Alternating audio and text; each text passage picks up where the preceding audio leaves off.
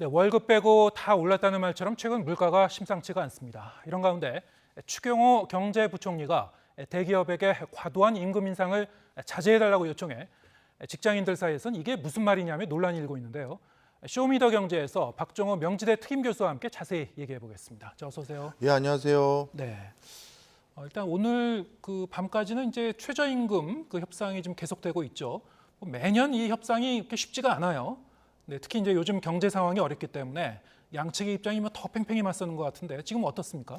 예, 올해 역시 기대한 것처럼 팽팽히 맞서고 있는 상황입니다. 네. 현재 최저임금은요, 9,160원인데요. 경영계에서 제시하고 있는 인상률은 9,330원, 한 1% 정도대의 수준의 인상률을 하기를 희망하고 있고, 네. 노동계에서는 1,080원, 한 10%대의 인상률을 제시하고 있는 상황입니다. 격차로 따지면 한 750원의 격차가 나는데요. 사실 노동계 입장에서는 지금과 같은 고공 물가 행진 속에서 물가 상승률보다도 낮은 인상률을 보인다는 것은 이건 실질적으로 임금 삭감에 다름없다라는 입장이고요. 경영계 입장에서는 앞으로 어려워질 경영 현장이라든가 최근 또 한 가지 경영계에는 큰 숙제를 하나 받은 게 있습니다. 네. 중대재해법인데요. 중대재해법. 예, 네. 바로 근로자들에게 급여를 적정하게 주는 것도 중요하지만 근로자가 안전하고 쾌적하게 일할 수 있는 환경에 대해서도 추가적인 비용 부담이 들어갈 수밖에 없는 상황인데 네. 지금과 같은 어려운 상황 속에서 이 두 가지를 중첩적으로 떠안기는 부담이 된다라는 입장들이 이렇게 첨예하게 갈등으로 남아 있는 것 같습니다. 네. 일단 그 양쪽이 절충을 쉽게 못 이루면은 이제 나중에 이제 투표로 가더라고요. 네, 이제 시한까지 오늘 밤까지 어느 정도 뭐 결정이 될지는 이제 지켜봐야 될 것 같고요. 자, 그런가 하면은 이제 어제 추경호 경제부총리의 이 발언 이거를 두고 이제 좀 이런저런 얘기가 나오고 있는데 이제 물가 상승을 이제 자극할 수 있으니까 대기업이나 IT 기업은 이제 과도한 임금 인상을 자제해달라 뭐 이런 취지였죠. 자, 일단 여기에 대한 뭐 해석은 조금 이따 더 하기로 하고 일단 이 발언이 나온 그 이유가 구체적으로 어떤 기업을 이제 염두에 두고 한 얘기인가요? 네, 우리나라를 대표하는 IT 기업들의 바로 어떻게 보면 인건비들을 지적하신 것 같아요. 네. 2020년 삼성전자하고 SK 하이닉스에 신입사원 입사했었을 때 연봉이 삼성전자 같은 경우는 4,800만 원, 네. SK 하이닉스는 5,050만 원입니다. 어떻게 보면 서민들이 보기에는 엄청난 금액이죠. 특히 카카오나 네이버 같은 경우는 올해 임금 인상이 10% 이상의 임금 인상을 지금 단행한 상황이거든요. 네. 이런 것들을 바탕으로 이런 고강도의 인건비 상승은 아마 다른 기업들에게도 이에 준하는 인건비 상승을 불러일으킬 수 있다라고 판단하셔서 그런 발언을 한 것 같습니다. 네. 지금 이제 거론되고 있는 대기업이나 이제 IT 기업들은 일단 실적이 굉장히 좋았던 거고요. 그리고 뭐 이제 생산성이 향상됐으니까 그에 준해서 이제 임금을 더 많이 주겠다. 그리고 이제 경쟁력 있는 인력을 확보하기 위해서는 이제 어느 정도 그 연봉도 보장해 줘야 된다. 뭐 이런 논리 같고요. 그게 이제 사실은 시장 경제에서는 굉장히 자연스러운 흐름이기도 한데 어떻습니까? 근데 이것을 이 정부의 이 경제 사령탑이 임금 인상 자제해 달라. 이렇게 이제 발언을 한 것 자체는 좀 이례적일 수 있습니다.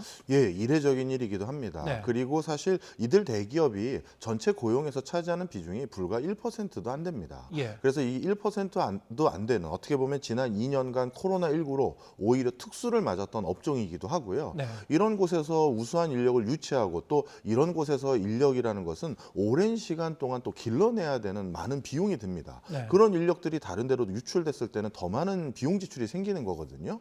바로 그런 걸 막기 위해서 적정 임금 수준 이상의 어떤 광폭의 인상률을 경기가 좋았던 이들 업종에서는 할 수 있는 것들이 충분히 있음에도 불구하고 요들 업종의 인건비 상승으로 전방위적인 무슨 물가 인상 요인으로 말씀하신 거는 조금 과하게 말씀하신 게 아닌가 생각이 드네요. 네.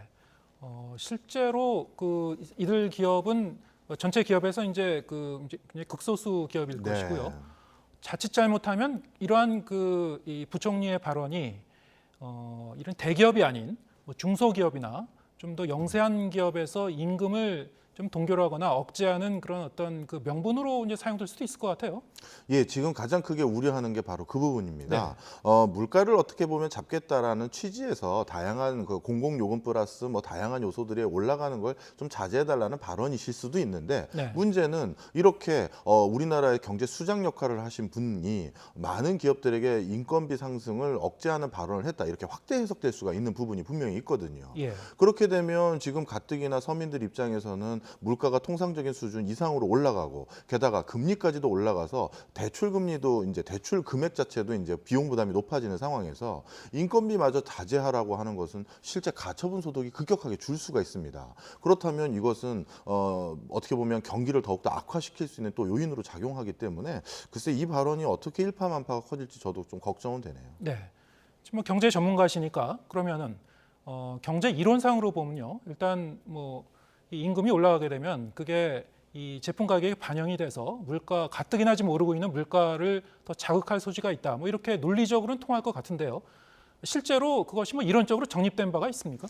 이렇게 특수한 어떤 아주 극소수의 회사의 인건비가 올라간 것이 시장 전반의 물가 상승을 야기하는 경우는 극히 드물고요. 네. 단 개도국들 같은 경우는 그동안 실질적으로 반영되지 못했던 최저 생계비 이상으로 빠르게 최저임금을 급속하게 올렸을 때는 물가 상승이 유발된 요인이 있습니다. 네. 하지만 이렇게 아주 우리나라 탑티어의 한정된 기업의 인건비만 상승했다고 해서 이게 물가 상승의 전반적인 요인으로 작용하는 경우는 극히 드물죠. 네. 또 다른 한편에서는요. 지금 요즘 이제 인플레이션이 이제 굉장히 심하게 올 것이다. 계속 지금 그 식비를 비롯해서 여러 가지 뭐 물가가 이제 전방위로 오르고 있으니까요. 이렇게 되면 이제 일반 직장인들의 이 그 구매력은 실질적으로 이제 떨어질 것이고요.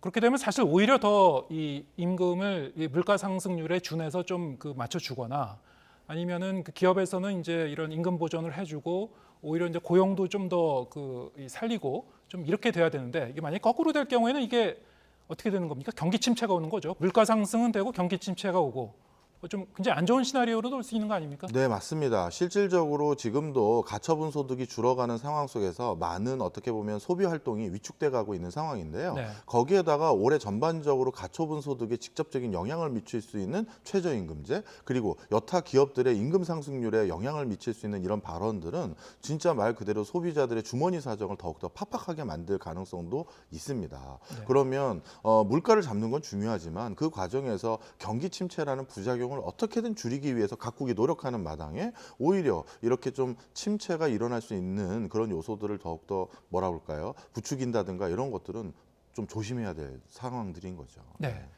지금 교수님의 이제 이 경제 전공자로서의 그 의견으로는 자, 이러한 그 접근법이 별로 이제 실효성도 많지 않을 것이다. 오히려 이제 부작용이 우려된다 이런 그 의견이신데 그렇다면 이 경제부총리가 이제 이런 발언까지 좀 이례적인 발언까지 한 것은 게다가 지금 윤석열 정부가 좀 시장 경제를 강조하고 있는 그런 그 정부 아닙니까?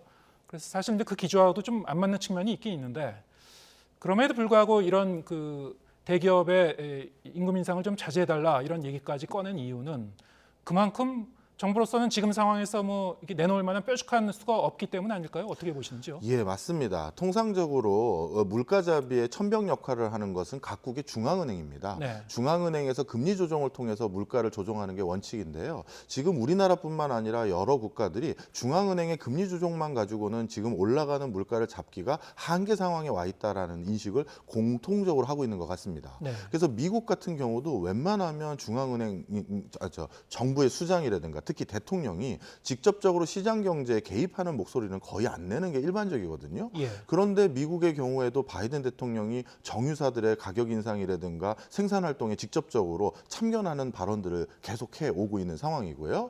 기타 소비자 물가 상승률을 올리는 여러 기업들에 대해서도 징벌적 어떤 뭐라 할까요? 조세를 징수하겠다라는 형태로 시장 개입을 적극적으로 하려는 목소리를 하고 있는 상황입니다. 이런 과정에서 우리나라도 중앙은행뿐만 아니라 이제 정부도 적극적으로 나서서 물가를 잡는 데 노력을 해야 된다는 기조는 이제 와 있는 것 같아요. 네. 근데 그 과정에서 물가를 잡겠다라는 의도가 너무 강해서인지 이런 인건비 부분에 대해서 그것도 전방위적인 것도 아니고 특정 한정적인 몇 개 기업의 인건비 상승률을 가지고 이렇게 전반적인 물가 상승의 압박 요인인 것처럼 말씀하는 거는 조금 사실관계를 확인해 볼 필요가 있다. 네. 이렇게 말씀드립니다. 사실 이제 윤석열 대통령도 지금 이제 물가 상승은 이제 공급 사이드에서 이제 비롯된 거다라고 이제 진단을 했었고 그렇다면 접근법도 공급 측면에서 어떻게 이 부분을 이제 완화할 수 있을 것인가 이 부분을 좀 고민해야 될 것 같은데요. 지금 이제 물가를 보면은 뭐 계속 좀 저희가 이제 통계와 관련해서 기사가 나가고 있습니다만 뭐 식비 같은 경우도 진짜 뭐 안 오르는 부분이 없는 것 같아요. 서울 같은 경우에 뭐 한 냉면 가격 보면 이제 이미 평균적으로 10,000원 정도 올랐다고 그러고요. 네. 10,000원 이상이죠. 냉면 한 그릇 먹으려면. 뭐 칼국수 같은 경우에도 뭐 한 8,000원 이상이라고 합니다. 예, 4인 가구 기준으로 월 평균 식비는 한 4.3% 정도 올라갔는데요. 네. 문제는 외식비 같은 경우는 1년 새 17% 가까이 17%. 올랐습니다. 네. 예, 저도 뭐 동료들하고 가끔 식사로 나가면 야, 옛날 돈 가지고 이제 먹을 게 거의 없더라고요. 네. 이런 정도로 이제 급격하게 물가가 올라가고 있는 상황에서 아마 공급 사이드의 충격이라는 것을 정부의 자발적인 노력만 가지고 해결할 수 있는 여지는 거의 없거든요. 네. 예를 들어서 우크라이나 러시아 전쟁을 지금 우리 정부가 일단락하게 할 수도 없는 노릇이고 산유국들의 증산 노력을 좀 더 독려할 수 있는 권한도 사실은 없는 상황에서 네. 아마 지금 이런 여러 가지 발언들이 많이 나올 수밖에 없는 어떤 상황은 그만큼 물가는 안 잡히는데 뭐라도 하고자 하는 정부의 의지가 좀 피력되다 보니 나온 것 같습니다. 네. 자, 지금 뭐 여러 가지로 팍팍한데 지금 그 여러 가지 뭐 전망들을 보면요. 일단 이게 단기간에 끝날 수는 없다. 특히 이제 공급 사이드 말씀하셨으니까 이 나라 밖에서부터 이제 이 문제 원인들이 여러 가지 복합적으로 이제 쌓여서 좀 오고 있으니까요. 어떻게 보시는지요? 이런 추세가 뭐 올해 내내 그리고 내년까지도 계속 이어질 것이다. 그러면은 뭐 일반 가게들 특히 저소득층 같은 경우에는 여러 가지로 좀 부담이 훨씬 더 많이 가고 좀 어려운 상황이 올 것 같습니다. 지금 걱정이 예. 많이 되는데요. 맞습니다. 실제 기대 인플레이션 추세도요. 1월 달에 2.6%에서 매달 오르기 시작해서 6월 달에는 3.9%까지 올라갔습니다. 네. 저뿐만 아니라 많은 분들이 앞으로 인플레이션이 계속 유발될 것이다라는 기대감을 갖고 있는 건데요. 실질적으로 저 역시도 올해보다는 내년까지 물가 인상의 속도가 계속 이어질 거라는 생각을 갖고 있습니다. 네. 먼저 첫 번째로 러시아 우크라이나 전쟁부터 말씀을 드리면 지금 상황에서 겨울 전에 전쟁이 끝날 것 같거나 전쟁의 새로운 국면이 일어날 것 같지는 않아요. 러시아 입장에서는 이미 푸틴 대통령이 많은 이 전쟁으로서 자존심을 많이 구긴 상태입니다. 네. 그런 과정에서 전쟁에서 단순히 본인들의 당초 목표였던 돈바스 일부 지역을 점령하는 것을 끝내는 것이 아니라 뭔가 러시아 국민들에게 우리가 서구 열강들에 비해서 확실한 우위를 점했다라는 어떤 내용을 보여줘야 될 상황입니다. 네. 그걸 보여주기 위해서는 올 겨울이 지나가는 게 제일 좋아요. 왜냐하면 많은 유럽 국가들은 러시아산 천연가스를 바탕으로 한겨울을 나는 게 통상적이거든요. 그런데 이렇게 전쟁이 지속돼서 올 겨울에 에너지 수급 상황에 여러 가지 어려움이 직면하게 되면 유럽에서 여러 국가들 중에서 일부 국가는 적어도 이번 전쟁에 대해서 다른 목소리를 내기 시작하는 요인들이 생길 수가 있거든요. 네. 따라서 이 전쟁은 겨울까지 갈 가능성이 그런 측면에서 높고요. 미국 입장에서도 지금 11월에 있는 중간선거 전에 러시아의 승기를 잡히거나 아니면 휴전 상태로 일어나는 것은 선거에도 큰 도움이 되지 않습니다. 그러다 보니까 선거 전까지는 경제 제재 플러스 많은 서구 국가들이 러시아를 압박하는 기조를 계속 이어갈 가능성이 많습니다. 그러다 보면 결국 올해까지는 결국 이 공급 사이드의 가장 큰 충격 요인인 러시아 우크라이나 전쟁이 달라질 기미는 없다고 보시면 되겠고요. 내년부터는 이제 본격적으로 문제가 되는 게 곡물 가격 상승이라고 볼 수가 있습니다. 네. 올해 제대로 된 파종이 일어나지 않거나 특히 세계 3대 밀 생산 국가라고 할 수 있는 인도 같은 경우는 이상 기후 현상까지 중첩되다 보니 올해 밀 작황이 정말 예년에 비해서 70% 수준으로 떨어졌다고 하더라고요. 그러다 보면 이 지금 생산한 어떤 곡물 자원들을 내년에 소비해야 되는데 그런 것까지 계속 이어지다 보면 내년에도 물가가 만만치는 않겠다 이렇게 전망되고 있습니다. 네. 지금 상당히 좀 어려운 시기가 다가오고 있다. 이렇게 되면 사실 이제 사회의 취약계층에 대한 그 지원책, 그 안전장치도 더 좀 튼튼하게 대비를 해놔야 될 것 같은데 그 부분에 대해서는 다음 기회에 또 이제 모시고 또 자세히 얘기 나누도록 하겠습니다. 오늘 여기까지 듣겠습니다. 박정호 명지대 특임 교수와 함께했습니다. 고맙습니다.